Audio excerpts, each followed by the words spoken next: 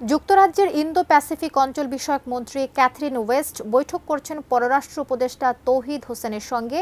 সকাল 10টায় পররাষ্ট্র মন্ত্রণালয়ে এই বৈঠক শুরু হয়েছে। অন্তর্বর্তী সরকারের ৩ মাসে এটি যুক্তরাজ্যের কোনো মন্ত্রীর প্রথম ঢাকা সফর।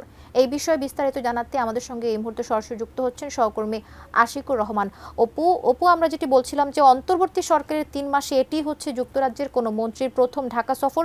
কি কি বিষয়ে আলোচনায় প্রাধান্য পেতে পারে বলে মনে করছেন বা কিছু জানতে পেরেছেন কিনা? যুক্তরাজ্যের প্রথম কোনো মন্ত্রী আসলে ডক্টর ইউনূসের অন্তর্বর্তী সরকারের সময় এলেন, এটা আপনি বলুন, এবং তার ডেজিগনেশনটা তিনি এই ভারত এবং প্রশান্ত মহাসাগরীয় অঞ্চল বিষয়ক মন্ত্রী, অর্থাৎ এই অঞ্চলকে ঘিরে যে ভূ রাজনীতির কথা বলা হয়, যে ভারত এবং প্রশান্ত মহাসাগরীয় অঞ্চলটা গত 1 দশক ধরে বিশ্ব রাজনীতিতে খুবই গুরুত্বপূর্ণ।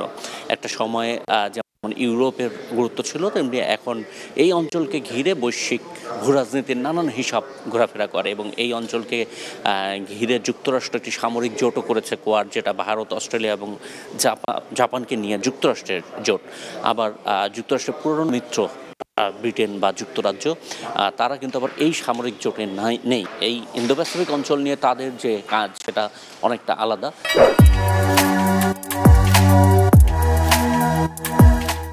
তো সেই ইন্দো প্যাসিফিক অঞ্চল যিনি দেখেন, সেই মন্ত্রী তিনি এলেন এবং প্রথমবার মতো ডক্টর ইউনূসের সরকারের সময় এদিক থেকে বলা যায় যে এই অঞ্চলের যে আঞ্চলিক রাজনীতি, তার দিক থেকে সফরটা গুরুত্বপূর্ণ এবং প্রথম ইন্দো প্যাসিফিক বিষয়ক মন্ত্রীকে পাঠানোর একটা ফলাফল বলবো বা একটা কারণ ব্যাখ্যা দিয়ে বলবো যে এই অঞ্চলের যে ভূ রাজনীতি সেটা নিশ্চয়ই যুক্তরাজ্যের চিন্তাও ঘুরপাক খাচ্ছে এবং সেটাই বড় কারণ।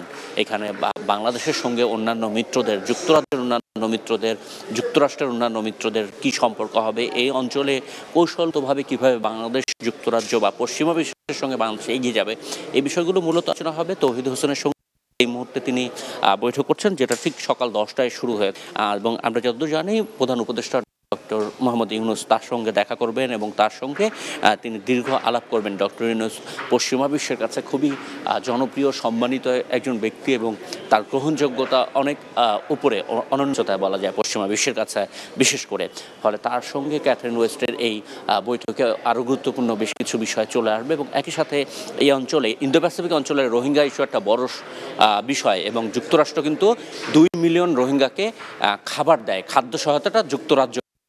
সুতরাং তাদের এই ইস্যুতে কিছু আলোচনা থাকবে।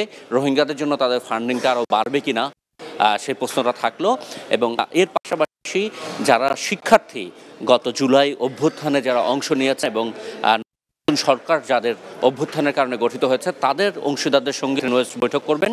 বাংলাদেশের অনেক ব্যবসায়ীর সঙ্গে তিনি বৈঠক করবেন, অর্থাৎ সব মিলে রাজনৈতিক এবং ব্যবসায়িক দৃষ্টিকোণ থেকে যুক্তরাজ্য বাংলাদেশ সম্পর্কের জন্য একটা গুরুত্বপূর্ণ দিন আজকে এবং পরপর কয়েকটি মিটিংয়ে হয়তো সেই ফলাফলগুলো আসবে।